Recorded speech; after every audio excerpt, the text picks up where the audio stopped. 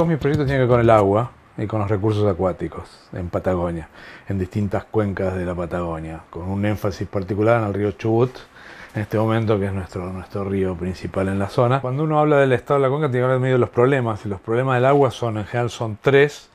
Uno es tener demasiada agua en exceso, que produce inundaciones, o tener agua en defecto, falta de agua, sequías, o tener baja calidad del agua, ya sea por sedimentos o por contaminantes químicos. En el río Chubut, lamentablemente, tenemos problemas de los tres tipos estos generales.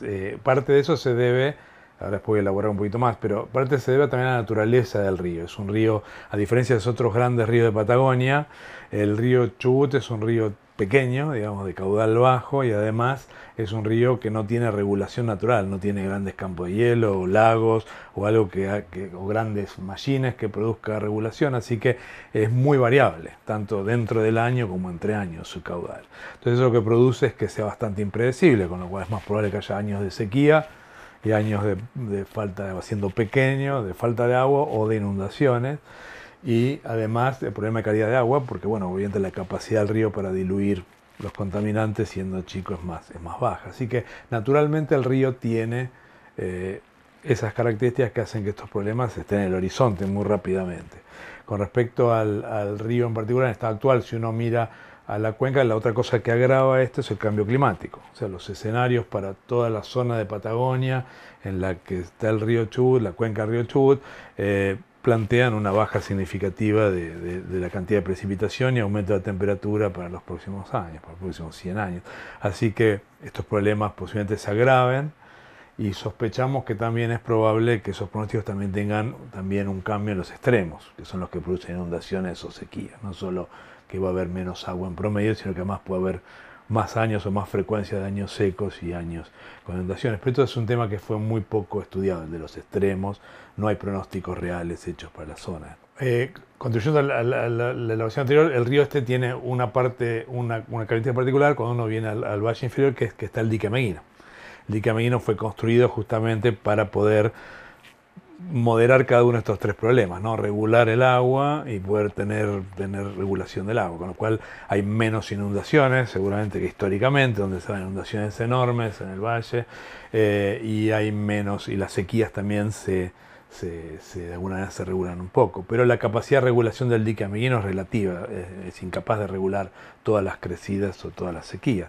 Pero lo que hace es generar una cierta regulación, que es la que permite que haya agricultura bajo riego, por ejemplo, en toda la zona del Virich. Dado esto, lo que tenemos en el último tiempo es problemas que han sido crónicos y siempre han existido, como el problema de la turbiedad del río, de calidad de agua, que se producen en la zona, casi tradicionalmente siempre se produjeron en la zona entre el dique y Boca Toma, en toda una zona que se conoce como los cuencos aluviales. Toda esa zona entre el dique y la zona donde empieza la irrigación es una zona con baja vegetación, dispersa.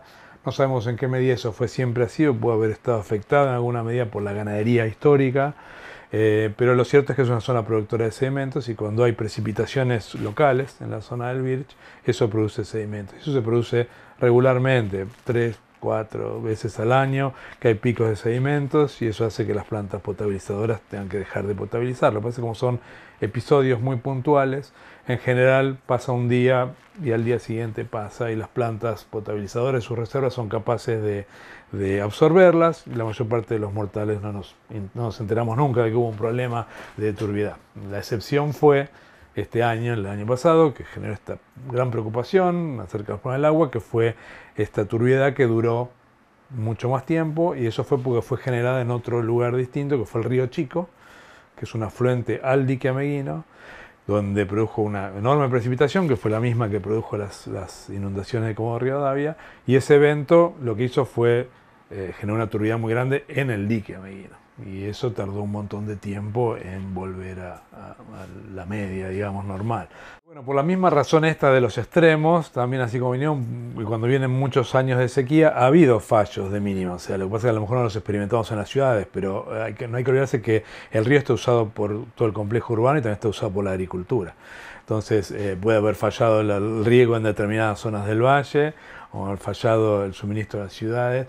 Todavía no tuvimos episodios de sequía tan grandes, pero como la población está creciendo, las demandas están creciendo y hay nuevos proyectos también para desarrollar nuevas zonas de riego, como lo que se ha hablado tanto en el último tiempo, la meseta intermedia. Bueno, todo eso está proponiendo usos más intensivos, así que obviamente en un río con cantidad de agua limitada y con la posibilidad de tener años de sequía o varios años de sequía, tenemos algo ahí, tenemos un punto de colisión en el futuro que plantea que hay una necesidad de revisar el uso del agua, ¿no? Y revisar el uso del agua en cuanto a qué tan eficientemente lo usamos, que obviamente no estamos haciendo ni en el Beach ni en Madrid un uso eficiente del agua y tendríamos que estar planificándolo y haciéndolo definitivamente.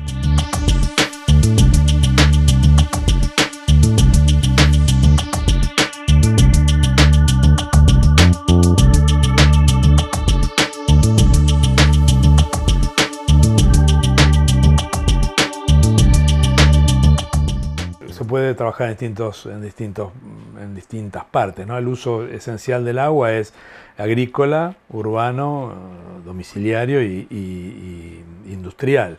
De eso el gran usuario de agua es el riego, digamos. El riego, eso es cierto en todas partes del mundo. O sea, el riego usa una cantidad de agua muy grande, usa el 80% del agua en este caso, y eso es una figura bastante típica de valles irrigados. Siempre se llevan la mayor parte del agua, la lleva el riego.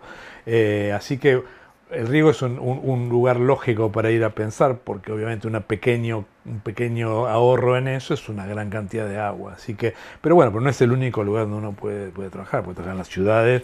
Creo que a partir del evento del año pasado hubo un montón más de conciencia de la escasez del agua o la delicada que es la situación de la dependencia del agua y que vivimos en un lugar donde el agua es limitada, y creo que ha cambiado mucho a partir del evento del 2017, esa es la conciencia general. Pero bueno, yo creo que eso es muy importante, que se avance y ir viendo. De hecho, en la parte industrial, por lo menos en la ciudad, en lo que yo conozco acá en la ciudad de Puerto Madryn, ha habido esfuerzos por parte de las industrias de tratar de pensar en reemplazo del agua potable para muchos usos, como tratar de usar el agua tratada para cambiar prácticas industriales, y la Cámara Industrial de Alemania ha sido bastante proactiva en eso, tratando de pensar en fuentes alternativas de agua, como plantas desalinizadoras. O sea que en el radar hay distintas herramientas para poder llevar a un ahorro o a un reemplazo de las fuentes de agua, ¿no? Para no usar agua potable para procesos que se puede usar agua tratada, ¿no?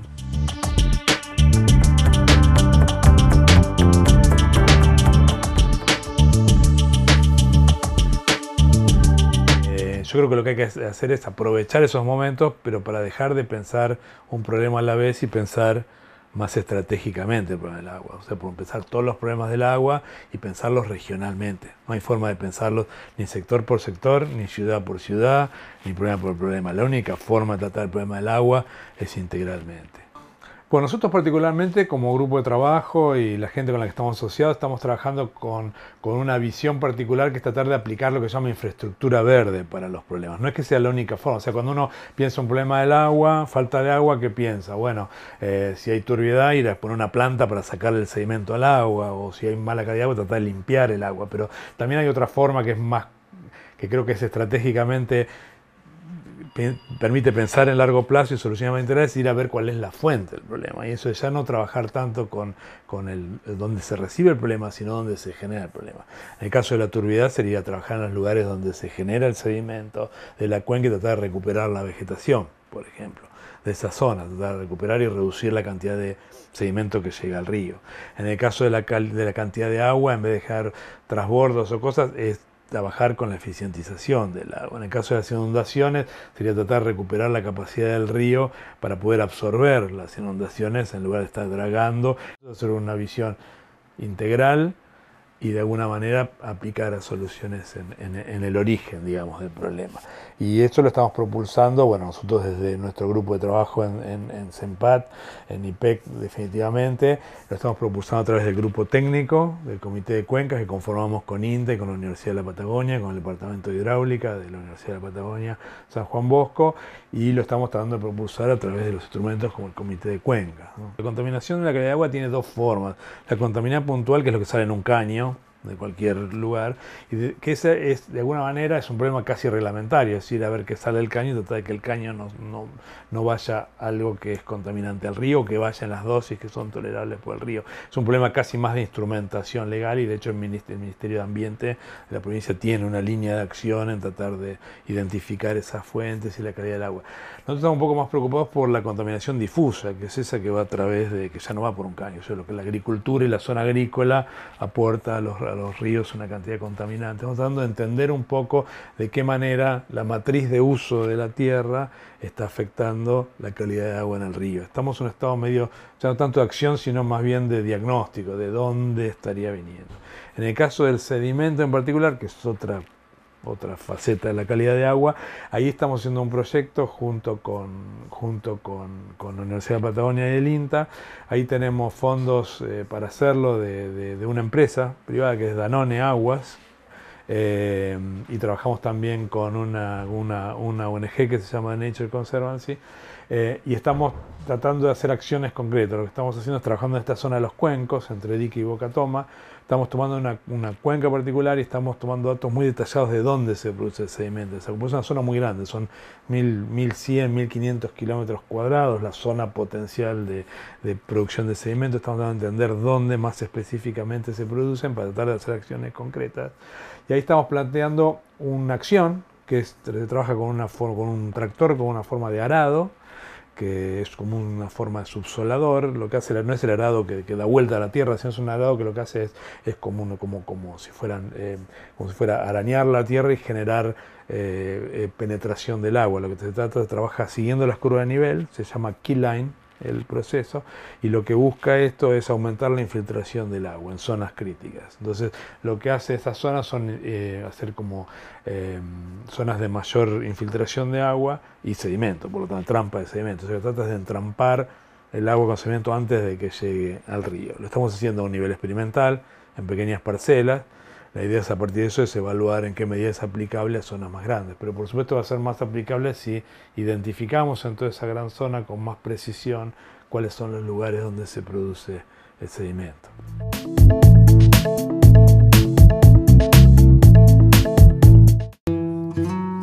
Cuidemos la naturaleza. Por un presente en armonía con el futuro. Aluar, aluminio argentino.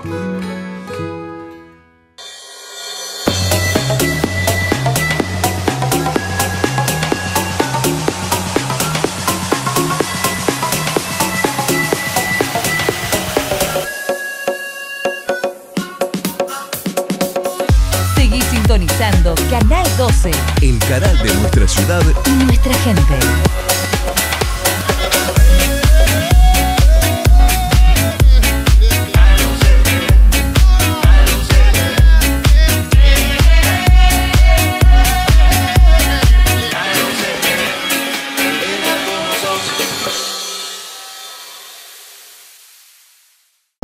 El consorcio Girsu Birch Valdés te presenta su nuevo Punto Limpio Móvil.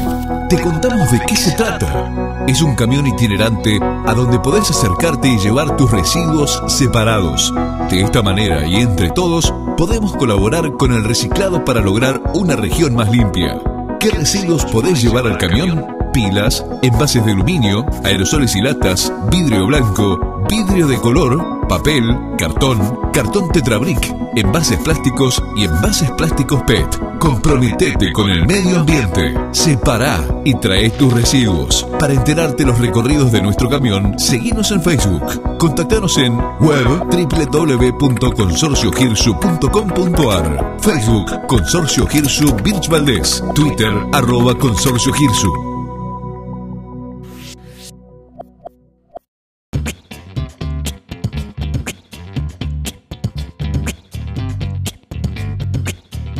El río Chubut tiene distintos aspectos de calidad a ser tenidos en cuenta.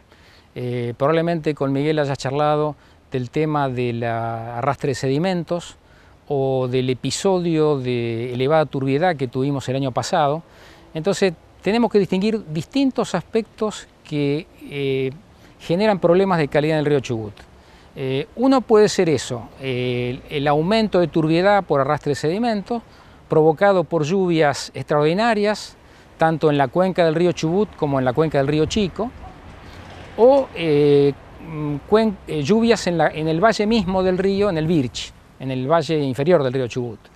Ese es uno de los aspectos. Después tenés el aspecto de lo que son las poblaciones contiguas al río, que inevitablemente cuando hay una población contigua a un río, impacta en el río de alguna manera y eso debe ser minimizado. El impacto, por ejemplo, de descarga de efluentes al río tiene que ser minimizado y bueno, progresivamente se han ido construyendo plantas de tratamiento en las distintas ciudades que bordean el río Chubut, Gay, Mandolabo, y el agua que se trata ahora se reutiliza o se va a reutilizar como agua de riego. Entonces ahí tenés una menor cantidad de aporte al río.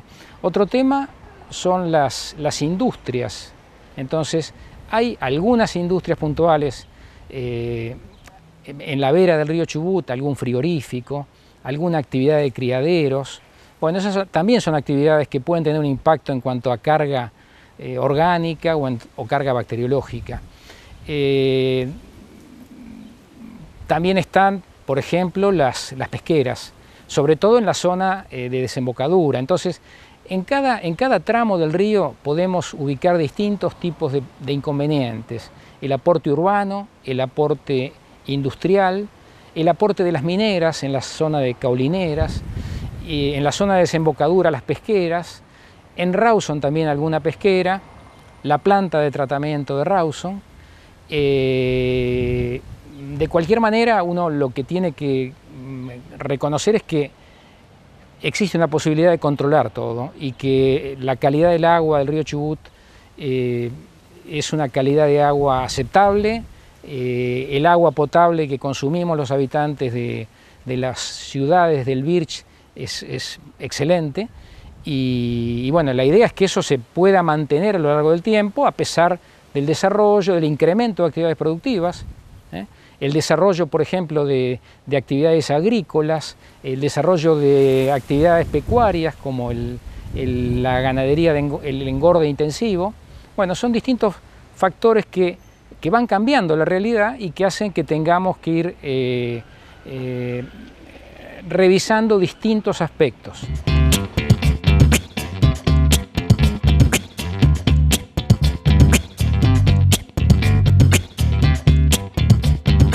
Ese es uno de los aspectos positivos, ¿no es cierto?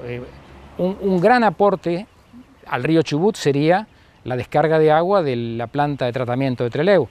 Eso se resolvió en los años 80, aportando todo el efluente cloacal a un sistema de lagunas encadenadas que vulgarmente se llaman Laguna Negra y que es un sistema natural desconectado del río Chubut en principio y que evita un aporte importante de agua. O sea, el agua que tomamos a partir de las tomas de las ciudades de Trelew, Rawson y Madryn no reciben ese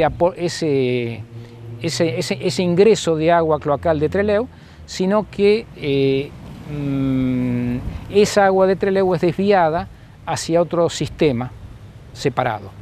Con el parque industrial pasa lo mismo. El parque industrial cuenta con un sistema aislado de recolección de sus efluentes industriales y tratamiento. En casos excepcionales eso se ha conectado en algún momento por inundaciones extraordinarias, pero normalmente son dos cuencas separadas y el río Chubut, ya te digo, tiene problemas puntuales de menor índole, de menor grado, que deberían ser tratados para que se pueda extender esta calidad del agua que hoy en día estamos disfrutando.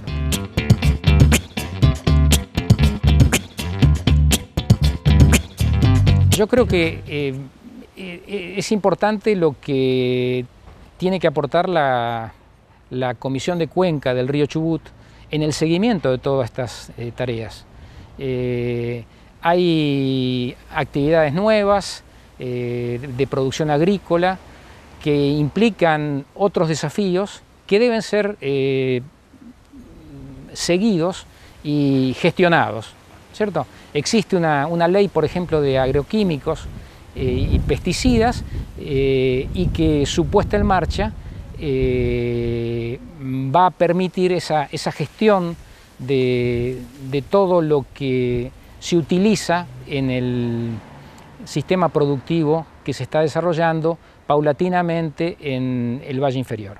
El mayor desafío es mantener el control en cuanto a bacteriología, que no haya descargas que puedan afectar el uso recreativo del río, terminar con algunas obras que están previstas como anular la descarga al río Chubut de la planta de tratamiento de Rawson, eliminar la descarga de los pluviales de Trelew al río Chubut para evitar problemas a las plantas potabilizadoras, pero básicamente la situación es controlable y realmente gestionable.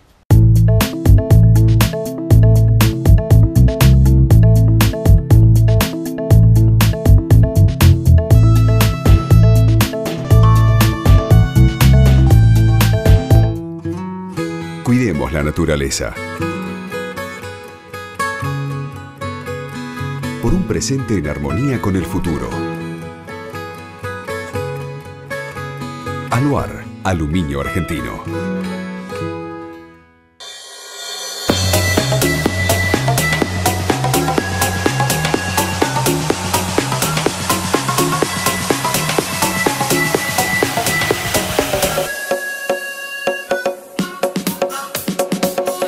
Seguí sintonizando Canal 12. El canal de nuestra ciudad Y nuestra gente.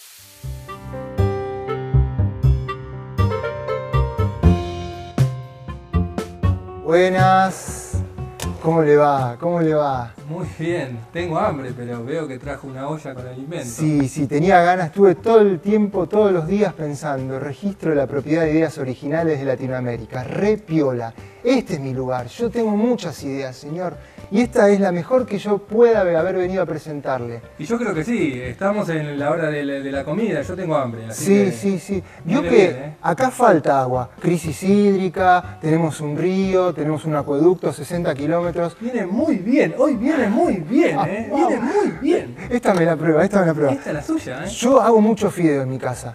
Fideo de arroz, a veces hago un poquito de fideo de sémola, pero prefiero sin tac.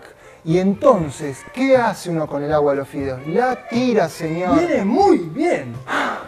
El agua no se debe tirar de los fideos. Por eso yo inventé el fideo potabilizador. El fideo potabilizador, señor.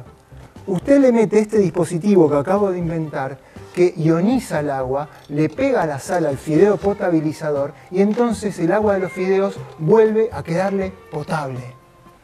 Venía muy bien, pero a último momento desbarrancó, maestro. Esto es un pedazo de cable, no es un fideo. Y aparte, que después, ¿qué hace? Esto lo tiene que lavar y entonces va a gastar un montón de agua. Me está cargando. Y sí, hay que lavarlo con agua y le tiene que sacar toda la sal para volver a usarlo. Pero y toda el agua que ahorró se la va a gastar de nuevo. Me está cargando usted tiene que hacer como los amigos que inventaron el ecofiltro. Un filtro ecológico que ayuda y que sirve para que toda la gente pueda acceder al agua potable, maestro. En la actualidad hay más de 37 países que están utilizando la misma tecnología y hay alrededor de 46 o 47 fábricas. Nosotros creemos que lo más importante es llevar agua pura, que todas las casas tengan acceso a agua potable, agua pura, y el país cambia. Y como ya no hay que hervir agua, las familias ahorran mucho dinero y tiempo. Y con las ventas que generamos en el área urbana, nosotros subsidiamos las ventas en el área rural. La meta nuestra es 1 millón de familias antes del año 2020 y ya vamos a un buen ritmo para alcanzarlo. Logramos encontrar que una mezcla de barro o arcilla con un porcentaje adecuado de acerrín, de pino y de un tamaño de gránulo adecuado producía una porosidad muy buena, y ahí empezamos a afinar entonces el tamaño del poro del filtro para que tuviera una capacidad de retener bacterias. Y es la razón que está en 37 países, porque en África y Asia es el mismo problema, bacteria de origen fecal. ¿Cómo confirmamos que esa gota que pasa por el ecofiltro es limpia, pura y fresca? Ya por varios años, mes a mes, evaluamos la calidad de los ecofiltros de la siguiente manera. Colocamos agua contaminada en el ecofiltro y luego hacemos un análisis del agua que sale de él. Según los resultados, hemos comprobado que el ecofiltro elimina en un 100% las bacterias de origen fecal, asegurando así que elimina también otros microorganismos causantes de enfermedad. El agua, piénselo y recuérdelo, es un derecho inalienable de todas las personas. Es cierto, mi amigo. ¿Sabe qué? Una persona de cada 6 en todo el mundo no tiene acceso al agua potable. Qué tremendo, ¿eh? ¿Qué me dice usted? Comparto con usted mi agua. Muchas gracias. Por eso tenemos que cuidar los ríos. Nuestro río Chubut, los ríos Paraná, Uruguay, el río Tigre, el Reconquista. Hay que cuidarlos. Fíjese que hay un grupo de nadadores olímpicos que cuida el río y lo limpia. Salud, mi amigo. Salud. El cuidado del agua es una responsabilidad de todos, y desde cada hogar se puede contribuir con simples prácticas de consumo eficiente para que las futuras generaciones puedan contar con este recurso indispensable para la vida. Todos somos responsables del cuidado de este preciado recurso. El agua debe ser desde casa. Cerrar las canillas durante el cepillado de dientes en lugar de dejar correr el agua. Una canilla abierta consume hasta 12 litros de agua por minuto. No uses el inodoro como tacho de basura. Ahorrarás de 6 a 12 litros de agua en cada descarga. Repara las tuberías y llaves que goteen en cocinas y baños. Ahorrarás una media de 170 litros de agua al mes. No dejar goteando las canillas. Usar los baldes para lavar los autos en lugar de la manguera. Hacer duchas más cortas. Reciclar el agua de la pileta para regar las plantas o baldear la vereda. Estar justo antes del ocaso para evitar que se evapore el agua con el sol. Aprovechar muy bien cada lavado de ropa. Desde luego no conviene sobrecargar el lavarropas, pero tampoco es conveniente hacer un lavado por 3 prendas, para no desperdiciar agua. Cuidar el agua del mundo está en nuestras manos. Enseñemos a los más pequeños que es un recurso fundamental para nuestra vida. Cuidarla es cuidarnos a nosotros mismos y a los que nos rodean. Es la arteria vital de la meseta. Nace donde las crestas de nieve se desangran, rindiéndose a los soles de cada primavera, y en hilos cristalinos, besando la montaña, inaugura en el llano su callada odisea. Es un torrente antiguo, primigenio.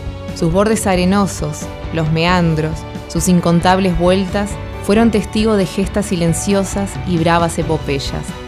Con cansancio estepario y añoranzas cumbreñas, en los altares se prenda de lo alto y al pie del farallón, rozando las laderas, improvisa su arrullo enamorado sobre un lecho empedrado de calizas, morenas y basaltos. Hoy lo miro pasar desde un barranco, viajero infatigable, las ramas de los mimbres acarician su espejo. Reguero elemental, se ha repartido el reino con el aire infinito, con la tierra y el fuego. Al andar, nos revela su metáfora de agua. Es un raudal de linfa que emana de lo eterno. Es un viejo emisario. Es el cuerpo del tiempo.